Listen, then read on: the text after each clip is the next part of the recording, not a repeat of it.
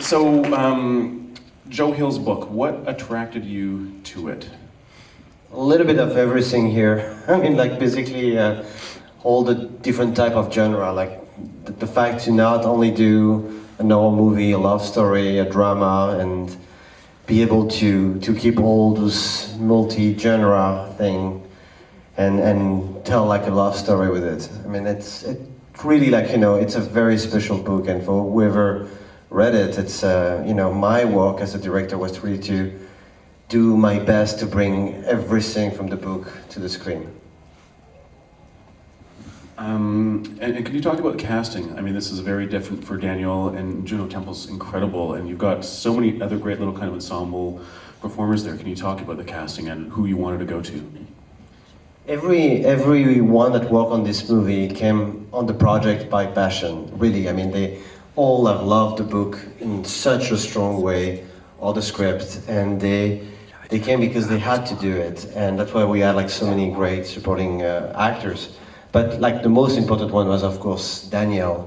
And you know, like everyone in, you know, at first I was kind of a little bit worried, you know, to bring someone with so much baggage, you know, behind, and you know, I spent like you know, like this meeting with him in LA, and after the meeting, it was not about him. It was the fact that, in fact, he was exactly the character of Vic Parrish, the way it was described in the book. He had exactly all the complexity, but in the same time, he had that very strong, you know, like he's a great human being as a person.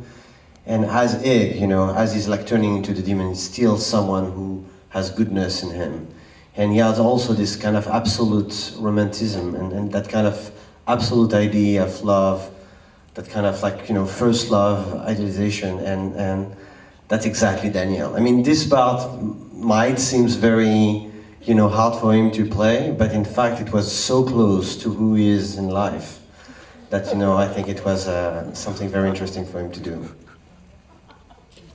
Do we have any questions from the audience here? Yes, in the striped shirt.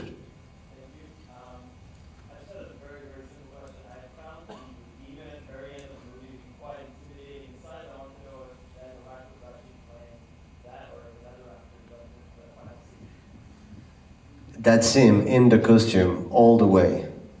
Like there is absolutely no stand double. I mean, it's very like interesting. Like Daniel grew up on set, and because of insurance and everything, there's a lot of things that he cannot do. You know, like riding a bike, whatever. Because you know, Harry Potter franchise was very, like, you know, like scared that he get hurt. But on cable is like one of the best, you know, like stunt guy you can imagine. So all the cable work, all the makeup, everything, it's him, completely him. So it's like he was really protected in the Harry Potter bubble, but now you really gave him a chance to kind of run around on the set and explore more. So, who else do we have here? There was another question. Yes, there.